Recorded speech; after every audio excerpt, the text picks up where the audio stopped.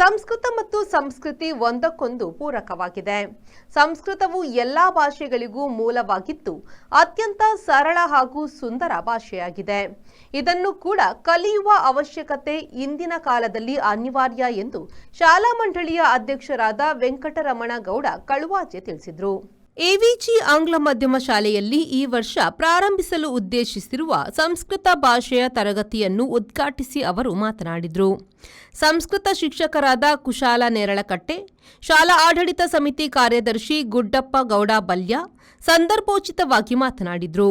ಆಡಳಿತ ಮಂಡಳಿಯ ಸಂಚಾಲಕರಾದ ಎವಿ ನಾರಾಯಣ, ಹಿರಿಯ ದೈಹಿಕ ಶಿಕ್ಷಣ ಶಿಕ್ಷಕರಾದ ಮಾಧವ ಗೌಡ ಪೆರಿಯತ್ತೋಡಿ ಹಾಗೂ ಶಾಲಾ ಶಿಕ್ಷಕರು, ವಿದ್ಯಾರ್ಥಿಗಳು ಈ ಸಂದರ್ಭ ಉಪಸ್ಥಿತರಿದ್ದರು.